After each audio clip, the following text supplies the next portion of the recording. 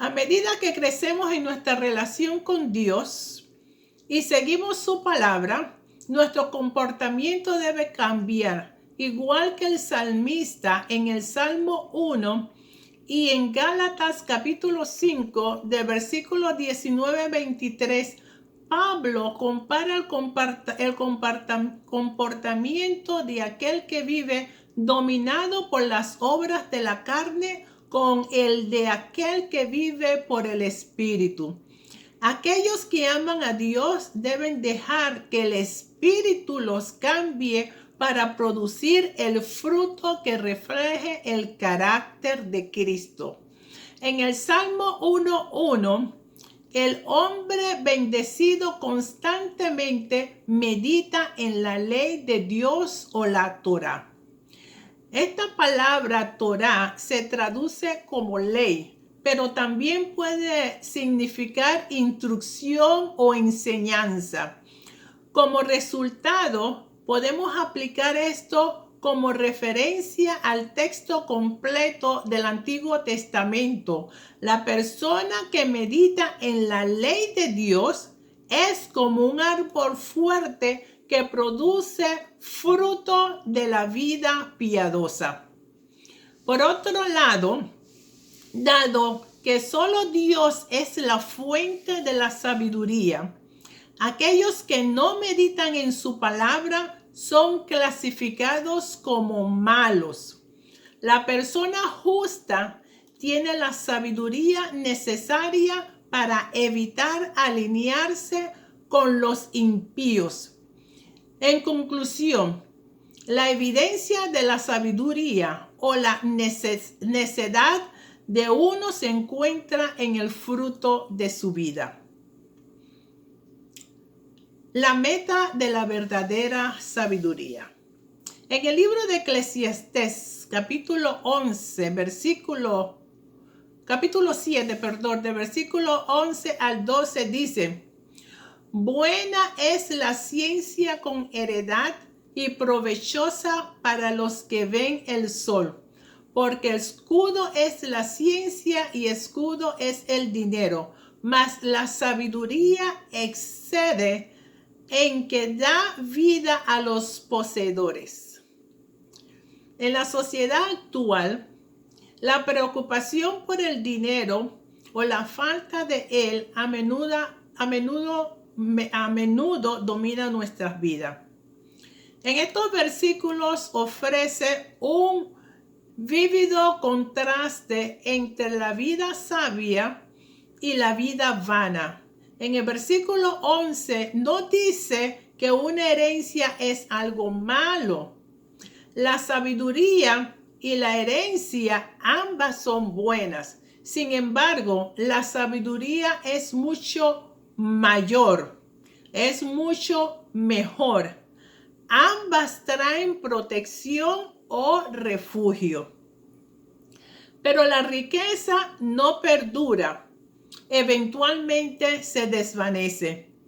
En el versículo 4 de Proverbios 23 nos dice: no te afanes por hacerte rico, sé prudente y desiste. ¿Has de poner tus ojos en la riqueza siendo ninguna? Porque se harán como alas de águilas y volarán al cielo. Ofrece una buena perspectiva. No te afanes por hacerte rico, sé prudente y desiste. No hay nada malo en tener seguridad financiera, no, eso no es lo que yo quiero decir. De hecho, en otros lugares de la literatura sapiensal exhorta a las personas a ser sabias y cuidadosas en su finanza. Sabemos que muchas cosas son más importantes que el dinero. La mayoría de las personas dedican una gran parte de sus horas de vigilia a ganar dinero o a gastarlo. La Biblia misma tiene mucho que decir sobre la riqueza, la pobreza y la respuesta del cristiano para ambas. Como con la mayoría de las cosas, la palabra de Dios exige equilibrio. Es lo más importante. Proverbios 6 nos dice: ve a la hormiga, oh perezoso, mira sus caminos y sé sabio, la cual, no teniendo capitán ni gobernador ni señor, preparan en el verano su comida y recogen en el tiempo de la siega su mantenimiento. En el libro en Eclesiastés capítulo 7 se nos recuerda: en el día del buen gozo del bien y el día de la adversidad considera. Dios hizo tanto el uno como el otro, tanto la riqueza como la pobreza. Ahora, si bien la pérdida financiera a menudo traerá adversidad, como nos trae actualmente lo que estamos viviendo, la sabiduría divina perdurará independientemente de nuestras circunstancias terrenales. Y eso nos dice todo a nosotros, porque si estamos pasando en situaciones tan difíciles en esto de la pandemia, que hay tanto problema financiero, nosotros tenemos que tener la sabiduría de Dios y esperar que no hay justo desamparado, ni su simiente que mendigue pan. Siempre está la palabra, siempre está el pan diario, ya sea el pan espiritual como también el pan material, porque Dios siempre suplirá a su pueblo, siempre va a suplir. Así que nosotros, teniendo esa sabiduría de Dios, sabiduría que procede solamente de nuestro Padre Celestial, sabemos esperar y debemos esperar en el tiempo del Señor, porque Él siempre está al lado de nosotros para guardarnos, para guiarnos, para sostenernos. Si bien así que nosotros, en estas circunstancias terrenales que estamos pasando, nosotros tenemos nuestras miradas puestas en el autor y en el consumador de nuestra fe, que Dios siempre suplirá en una u otra forma, siempre va a suplir. Entonces, nosotros como personas sabias reconocemos la insensatez del materialismo y hay que vivir conforme al conocimiento de que solo Dios puede darle un significado real a la vida. Solo Dios puede darnos un significado real a la vida. Eso es una persona sabia, una persona que sabe confiar en el Señor. ¿Ok?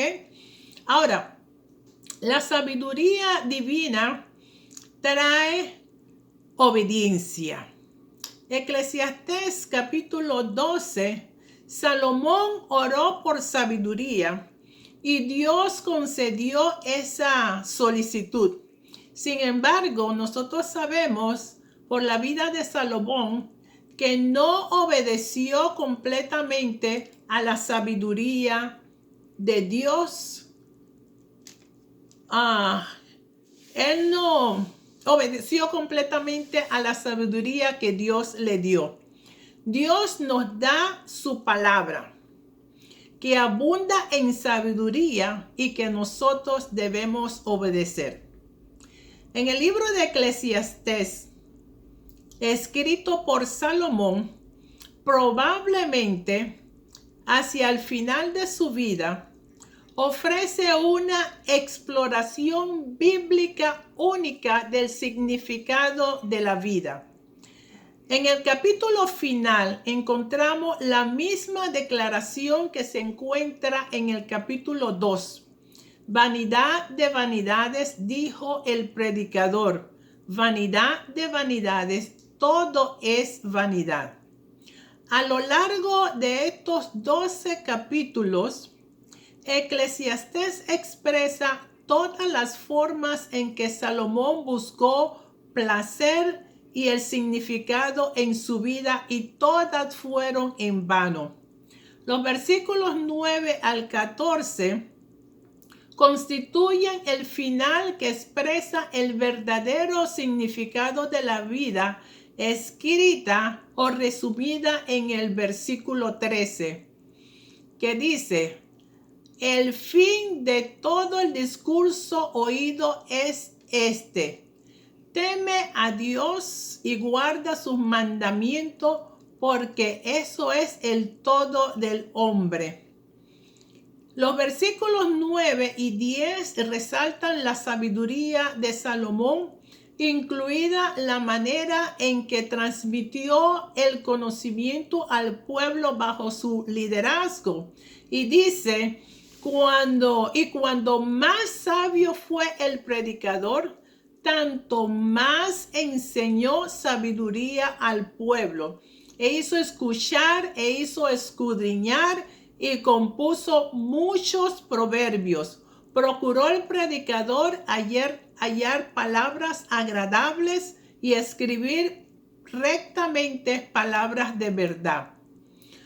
Ahora, lo que escribió el predicador Salomón es suficiente para llegar a la conclusión final de lo que explora el libro de Eclesiastés. La sabiduría humana no es necesaria para esta conclusión, y nuestra comprensión y conjetura defectuosa puede ser una distracción. El mensaje esencial en cuanto al significado de la vida es siempre: teme a Dios y guarda sus mandamientos, porque esto es el todo del hombre. Dios es la única fuente de sabiduría, y los sabios buscan conocer a Dios, seguir sus instrucciones y guardar sus mandamientos. Gran parte de la sabiduría moderna se basa en aspiraciones egoístas. La sabiduría que se origina en Dios se encuentra desde el principio de la creación. La sabiduría del Antiguo Testamento nos enseña que la reverencia a Dios es el comienzo de la comprensión de lo que es la verdadera sabiduría. La verdadera sabiduría divina es eterna. Si nos esforzamos por vivir rectamente, entonces podemos esperar buenos resultados. La sabiduría divina nos da comprensión y la capacidad de apartarnos del mal comportamiento. Entonces, en el día de hoy hemos estudiado que la verdadera sabiduría es el temor a Jehová, que es el principio de todo. Reconociendo de que Jehová es la fuente de la sabiduría. El hombre en sí no obtiene la sabiduría de Dios. Dios es la fuente de toda la sabiduría. A mí me encanta el libro de Eclesiastés porque, como dice la clase, fue escrita probablemente ya en los últimos tiempos, en los últimos años de Salomón. Y nosotros conocemos la vida de este gran rey de Israel, que lo primero que él hizo fue pedir sabiduría para poder guiar al pueblo de Israel. Él veía que era un pueblo tan grande, tan numeroso, y él en su conocimiento humano, él no podía dirigir. Él ya reconoció su capacidad para poder dirigir a este pueblo, y él le pide a Jehová sabiduría para poder guiar al pueblo de Israel, y Jehová se lo concede. Es más, que dice la palabra, dice la escritura, que no sea yo ningún hombre con tanta sabiduría, tanto entendimiento como este rey Salomón.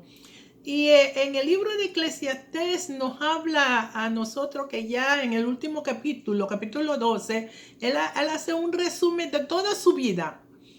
Y ese resumen de toda su vida es buscar el valor de la vida, buscar él mismo. ¿Qué es la vida?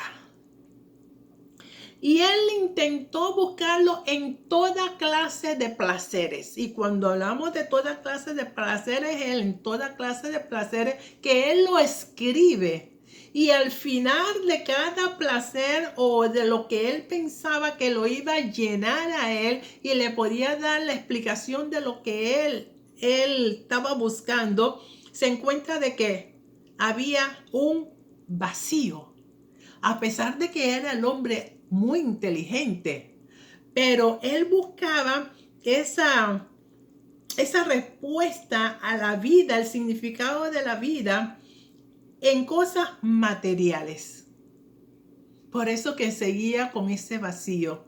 Y al final de su jornada, él hace entonces la declaración más interesante que puede escribir o llegar a la conclusión cualquiera persona cuando dice: vanidad de vanidad, dijo el predicador, vanidad de vanidad, todo es vanidad.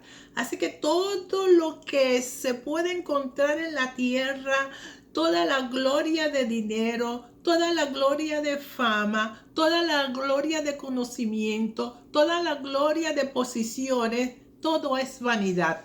Lo más importante es el temor a Jehová. Y el temor a Jehová es buscar de su palabra, estudiar su palabra, arraigarse en su palabra, y mientras más conocimiento de su palabra tenga usted, tendrá entonces más conocimiento y conocerá la verdadera sabiduría de Jehová. ¿Por qué? Porque a usted arraigarse en la palabra de Dios, ya tiene una comunión más directa con Jehová. Y hay un fluir entre Dios y usted. Y así en ese fluir de Dios hacia su persona, entonces le va revelando a usted esa sabiduría. Es una sabiduría divina, no es una sabiduría terrenal, es una sabiduría divina. Y esa sabiduría le va a instruir a usted cómo conducirse en esta vida, cómo seguir en esta vida hasta llegar a la meta. La meta no es una meta terrenal, la meta es una meta espiritual para vida eterna, para siempre con Cristo Jesús. Saludamos a todos los hermanos que se están conectando. Dios me lo bendiga, Dios me lo guarde. No los enumero a todos, pero Dios sabe y conocemos a todos los hermanos que están haciendo este esfuerzo para estar recibiendo esta clase.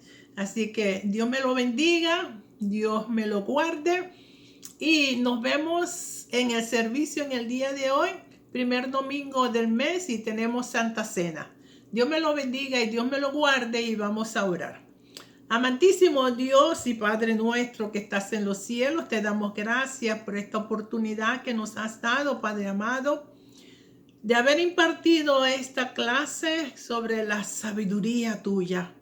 Señor, yo te pido en este momento que nosotros podamos arraigarnos cada uno, todos mis hermanos que están a través de esta línea del internet, Padre amado, que todos, Señor, nos arraigamos más en tu palabra, que nosotros te busquemos cada día más en espíritu y en verdad, y que nosotros podamos reconocer que tú eres grande, que tú eres único, y que toda sabiduría, todo don perfecto procede de ti, Padre amado, y tú eres el único que das esa sabiduría divina para que nosotros podamos conducirnos en esta vida hasta que llegue aquel momento en la cual podemos vernos cara a cara. Señor, bendice, Señor, a cada uno de mis hermanos, súplele cada uno de sus necesidades conforme a tus riquezas en gloria en Cristo Jesús. Todo esto te lo presentamos en el nombre de Cristo y te damos las gracias. Amén. Dios me lo bendiga, mi hermano, Dios le guarde y que la paz de Dios los lleve, los guíe y los guarde en cada momento de su vida. Hasta luego y bendiciones a todos.